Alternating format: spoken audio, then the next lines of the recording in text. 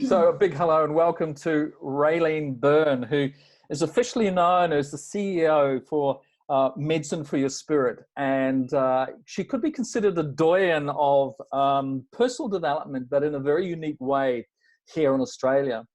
And Raelene, you and I have known each other for quite a few years now.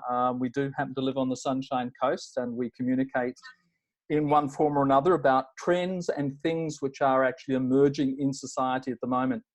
Now, I understand you've just finished doing a major presentation in a major Australian city for a major corporation with a whole lot of really, really eager hearts and minds transfixed by your every word. What was your takeaway from that business community in regards to what is happening on the planet right now? Okay, so we're all going through, as we know, on the planet, a huge shift from a mental way of living into more of an emotional way of living, or a more feeling-based way of living.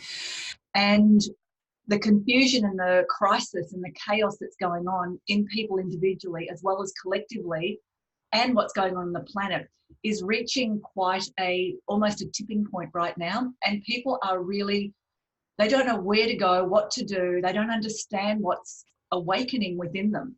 So when I do these big events, especially like the one on the weekend, the title they wanted me to speak about was living in alignment.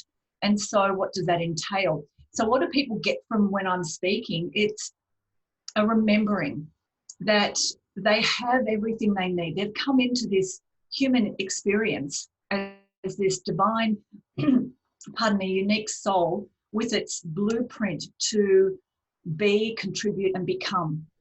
And so remembering that and knowing how to connect with that. So the big things are people reconnecting to themselves. So a lot of my stuff I offer people, the work, the information, the experiences, is not so much around data. It's more to do with feeling and coming back into yourself. And the only way we can do this is to give ourselves space and to be in nature and to take responsibility. So one of the really big things I think from this weekend especially, and I kept saying it over and over and over, was start taking responsibility for your life and be truthful with everything that you are doing and being. That's a very interesting response, but not unusual. But at the end of the day, how does one become responsible? Well, that means you actually have to own yourself. You have to own everything you think, say, feel, and do. And this is the bottom line, really, is our lives up until the moment we start to awaken or become aware is very automated. Like science has proven that we live 5% of our day consciously. So 95% of our day, we are living unconsciously. So we are not connected to what we're thinking, saying, feeling, and doing. We're on automatic pilot. You know, we're just going through the motions. So taking responsibility for me is understanding that, and it does take a little bit of mindfulness, but knowing that everything I think, say, feel, and do, it is coming from me. So if I want to have a different life, or I want to have a higher caliber of living, or I want to have a more peaceful way of existing, then what I'm contributing in my thoughts, my actions, my words, and my feelings every day is really about me. And so if I want to make changes, then I'm responsible for it. Nobody else is going to make my life any better. Nobody else is going to make any issues that I'm passionate about on the planet. Let's say, you know, saving the forest. Nobody's going to do that for me. But the only way I can do those things is to be actively engaged in who I am every day, giving myself the connection within, taking that responsibility of connecting mindfully to everything that I'm doing. And then I can lift it to another level that matters and makes change. And that's where change is initiated from, that awareness to do something different. That's beautiful. That's really beautiful. I can see that in action, but I can also see a lot of people finding it difficult because life is just depressing the spirit. Okay, quite tragically. You mentioned truth. I'm currently working on something at the moment which, interestingly enough, talks about the hijacking of human virtue. And you mentioned living one's truth. Do most people do many people, do all humans have an idea about what their personal truth is, or is there confusion? Okay. Oh, there's a lot of confusion, because in the first 7 years of our life, we are living in a theta brainwave, which is almost hypnotic. So in those first formative years, we are absorbing everything that is around us, not with discernment, just because we are in that brainwave. So we're taking everything on. So much of what we absorb is not true. So we spend our life living this unconscious stuff or subconscious, beliefs that aren't ours, until we start to wake up and we start to realize that my life is like this because I grew up believing that that is true, and it's not. So I'm just trying to remember what your question was. I just heard something else. So I need to say this. This is a really good process. If people want to work with what their truth is, and I'll come back to the truth thing in a minute, really, really good process to do every single morning for at least 21 days. First thing you say when you wake up is, put your hand on your heart, what am I lying to myself about? And just see what bubbles up. You don't have to wait for a big epiphany. You're opening up a pathway for things to come through. So my understanding of truth is it's changing and evolving all the time. So what my truth is today about me, and maybe what I'm doing in the world or how I'm living, can change tomorrow, because I have different experiences through this day. I might get more information, or I might meet somebody who shows me something I haven't known before, and that becomes more of my truth if it resonates. So I think we're unraveling and uncovering what our real truth is. I think that's what's going on.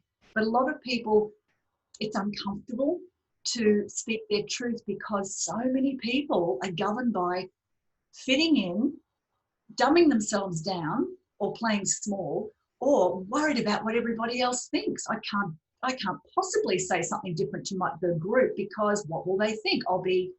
The fear of being rejected or ostracized is a very, very old belief that a lot of people have going on. And it takes a lot of mindfulness to get to that point where you realize that, this is who I am and this is my life, and I'm the one that has to make it the best I possibly can. How does anxiety, depression, and addictions fit into what you've just said then in relation to acknowledging your truth? Because we're seeing a lot of anxiety in the community at the moment. I think anxiety and depression, they're very big things going on. A lot of it, okay, I'm going to talk from an esoteric level for a little bit. They're all symptoms that something's not right. They're all symptoms. And a lot of it is disconnection, especially addictions. They're very, very disconnected, that people are looking to feel something in themselves instead of connecting in or connecting to something greater. They hide by doing a lot of addictions, and it's a tragic thing. It's getting more and more and more. The anxiety thing for me, from an esoteric level, is it's our nervous systems. A lot of people's nervous systems are being rewired, and if we're in resistance to it, we're going to have a lot of this anxiety or this nervous energy within us. I really feel, and this is what I see when I work with people, we have like a higher nervous system or a higher energy system that is being bombarded at the moment, and it's rearranging, reassembling itself. It's got all this stuff going on, and it's trying to find a way to land in our physicality, but our physicality hasn't quite caught up. So as we are going through these next couple of years, we're going to see a huge spike in anxiety and a huge spike in depression if people aren't willing to be open to change within themselves, be open to different ways of treating these types of things, because there isn't one way that works for everybody. And this is unfortunately what the medical model is telling us. There's one way, that's the path, but it's not always that way. Mm-hmm. So I find best things for things like anxiety and depression, and with clients I work with, I like to get them moving, move the energy, get out and get moving. So for a person with depression, what I suggest to them is set the timer on their phone or their watch for 10 minutes. Walk away from your front door for 10 minutes. And when the timer goes off, turn around and walk back. Because when you look at what happens in your body, in 20 minutes, the physiology in your body shifts so much. And you've actually done something for yourself. And it lifts the happy hormones in your body. So you start to feel, pardon me, I have a purpose. I'm actually doing something for myself. And that's one of the big things a lot of this anxiety and depression is about as well, is a loss of purpose. So if people are tuning in and listening, one of the biggest things I'll gift you with great love and respect is those days when you feel, I don't know what I'm here for, I don't know what my purpose is. You are your purpose. You are your purpose. So do what makes you feel great or better or get moving, but you are your purpose. And nothing outside of yourself is the purpose, because a lot of people like to become something and they feel that that is their purpose. Does that also cause confusion? Yes, because our real purpose, see, I'm on soul level. So our soul purpose is what we're really here for. But in our world, we've got this idea that purpose is something I've got to achieve or I've got to become. We already are what we're meant to be. We're just expressing it. We're learning how to express it to its fullest capacity. And we don't get that till we start moving through life and we start to realize that things that we are doing are not really filling us. So the soul takes over. So the looking outside of yourself for purpose, good luck with that. I just like to say to people, you are your purpose. And if you really are stuck, beautiful, beautiful thing to do, and I love giving people things to do, is every day, just for a moment, all you need to say is, today I align with my soul purpose. I am willing and prepared to do what that takes. Show me. So you go into a collaborative experience and you're asking, show me what it is. I will show up and do it. All I need to do is align with that. And it's interesting how things start to come in that start directing you towards what your purpose is. And look, Scott, sorry, go on. I was going to say, you talked about that alignment, your purpose from a temporal perspective with the soul's purpose. Do you think the subconscious knows what that is? And what we're trying to do at the moment is to bring sort of our head and our heart together, get the subconscious, get that background, that, I was going to say overlay, not the right word, but that background activity of being a human and at the same time being an evolving human, bringing those together so that you do have that moment by moment awareness. Is that what you're talking about here? That's what I'm talking about. Like, this year, 2019, I've really seen that this is a year where basically our soul has stepped out for a lot of humanity. It's stepped out and it's basically saying to us, can you just listen? I know where you're going. Can you just listen and let me show you what's next? But we're so caught up in the mental construct that it's really hard for people to trust themselves and to take those actions. So what you're saying is bringing the head and the heart together. Yes, we've got to, I believe, we're becoming more of a feeling world, so we've got to start trusting our feelings, but we use our mental capacities, because we've been so well trained in that, to actually help formulate what the next step is or how we express that in the world. So trying to bring it together. The subconscious, look, it's not an enemy, but there's a lot of stuff in our subconscious that's not healthy and it's not really who we are. And it's that mindfulness, as I was saying, understanding when it comes up, actually, that's not true for me. What is true now is this, and replacing those thoughts that bubble up, replacing the words you use to describe yourself or how you speak about yourself, using, this is how I'm feeling. Well, how can I help myself feel a little bit better? What can I do to lift my feelings? Lifting the frequency and the vibration. So this is what I was talking about before. If we can start tuning into everything we think, say, feel and do from a moment of mindfulness, then we are actually connecting heart and mind in a much deeper and more a more soulful way. Interesting. Soulful way. I'm going to ask a really interesting question. Do you hear your mother or your father in your verbiage from time to time? Because remember, we grew growing up during a period where a lot of it was just conditioned belief. You talked about the age from 0 to 7, where we're just sponges. We'll take on everything. We'll take on negative and positive. We'll take on inappropriate and appropriate. This whole business of being able to recognize just figures of speech, colloquialisms, little sayings that Dad used to say about, oh, money doesn't grow on trees. Son, the problem with you is you're a bloody dreamer. I mean, things like that between the age of 0 and 7. How does one recognize that sort of thing, and what can they do about it? Okay, so I can only speak from my experience and like people I've worked with, but it's the it's almost like the inner critic or the inner judge. That's how it shows up.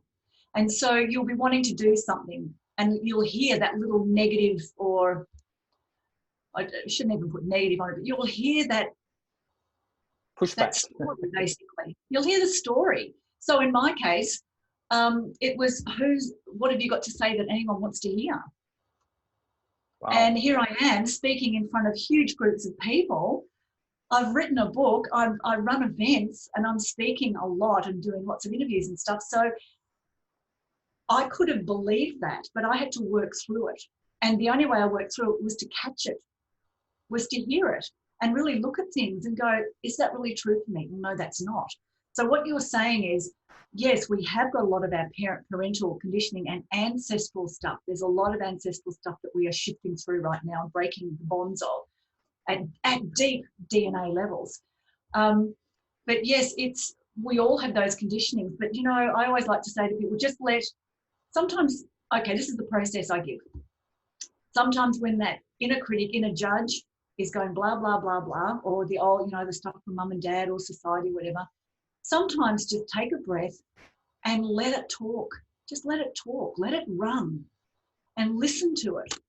And at some point, when it's enough, you'll feel it. You'll go, okay, you know, inner critic, inner judge, you're absolutely right. You're absolutely right. But my heart and soul knows that this is true for me, so this is what I'm choosing to do, and it's different. Awesome. And that puts a little line in the sand between what was. And I'll give you another really great technique for everyone who wants to listen and try this. It's amazing. So I hope you don't mind, Scott, but this is just amazing. It is one that came to me last year, and I kept getting the message, if this is the only thing people do through 2019 and 2020, then the lives would change. And it's as simple as this, what we're talking about, this old stuff. We can't keep living it anymore. The old story comes up, the old voice, the old not truths, all the rest of it. And you take a breath and you turn 90 degrees, physically turn 90 degrees to the left. And you say, that is who I was. And then you do a 180-degree turn to the right and you say, this is who I'm becoming. That's the direction I'm going in. And you're really shifting everything. It's a physical body movement, and it means everything has to shift. And just try it and see what happens. It's pretty amazing. So without doubt, you're breaking the conditioned belief system here. You're breaking the pattern by not accepting that any longer, by doing this physical action and then completing the 180, which I love. I think that's fabulous. Okay, very quickly. What you're actually saying, sorry to interrupt, what you're actually saying is, that is who I was. Yeah. It's not ignoring it or denying it. That's who I was. However, this is who I'm becoming. Yeah. So all my attention is going to where I'm going, not who I was anymore. Yeah, I love that. That's beautiful. It's not really ignoring it. It's accepting it and honoring it, but you're actually looking forward. It's a great process. Yeah. Awesome. Let me ask you about everything is perfect as it is. It's perfectly fine. Everything is good as it is. Tell me more about that. It's one of your favorite sayings. And then I'm going to ask you another couple of sayings. And then I want to ask you just to make a statement for a minute or two, a message that you want to give humanity. So I've given you a little bit of pre-warning there. First of all, why is everything perfectly, exactly as it should be? Okay, so if our souls have already written the blueprint for our journey in life, and we've collected all the beings who are going to help us with our experience of remembering who we are and what we're here for, so I've got all these beautiful conjunctions through our life, then no matter what's going on, we have created and co-created those things. So everything is perfect. So when we understand that everything is actually how it's meant to be, then the next step is, I actually must know and have the skill set to deal with it. Perfect. The other one is, who said? Well, that's been a thing of mine my whole life. It got me into a lot of trouble when I was at school, being brought up in a very, very strict Catholic upbringing, and you get all this indoctrination, and I couldn't help myself. It wasn't that I was being a devil child. It was just, I'd listened to stuff, and somewhere in it was like, well, who said? How do we know? Who said? And even now, these days, if someone says we all have to do such and such, my first thing is, who said? Because the general world is so caught up in, oh, they said this. And you go, well, who's that? Who's they? Oh, the people on the TV. Oh, the people who write the newspapers. Oh, so you think they're telling the truth? Like, who said? And I think it's important for everybody to have those times in your life when something doesn't feel right, or it just, and everyone has those moments in themselves where it's just not, I don't really like what's going on here. Ask the question, who said? It gives you an opening to be free. That's how I see it. Awesome. Your latest book, what is the title of it? Where can it be obtained? And your website URL, please, so that people who are hearing this can actually, if necessary, or if they want to continue some discussion or seek your services, that they can connect with you. Okay, so my website is www.raelenebyrne.com. Pretty simple. My book is called Alchemy of Awareness, and it is available on my website at this stage. So basically, it's a collection of common things that come up for people. So there's some insights around maybe a different way of seeing things, how you can actually lift your thinking, feeling, actions around those things. There's activities in the book, and there's declarations, beautiful commands that you offer yourself in the universe to shift things within yourself and your life. And it makes it very simple. I'm really big on simplicity. If things are simple, people do it. If it's too complex and too many steps, people won't do it. And we don't have time anymore. We've got to actually make change fast now, because there's a big responsibility in all of us to make the changes within ourselves to change the world, because the world is crying out for the warriors to stand up and help. It really is. Absolutely. 1 minute, your message to humanity. Very simple. Hand on your heart. Everything I need to know, I already have within. That's it. When we start accessing that, the answers are there for us. Every answer we need, we have. We are pure potential. So every morning, after you've cleaned your teeth, take a moment, look into your eyes in the mirror in your bathroom and say to yourself, everything I need to know, I already have within. And watch how that resonates through your body and how it changes things through your life. Raelene Byrne, thank you so much indeed for giving us some of your insights and sharing with us some of the latest trends on where humanity is at. We'll talk again in the future. The URL will be in the notes so that those of you watching this, you can actually check out Raelene. And she's one of these trustworthy individuals full of virtue. She is a grand reflection. She's exactly who you're looking for right now. Raelene, thank you so much indeed. Oh, thank you. Thank you so much.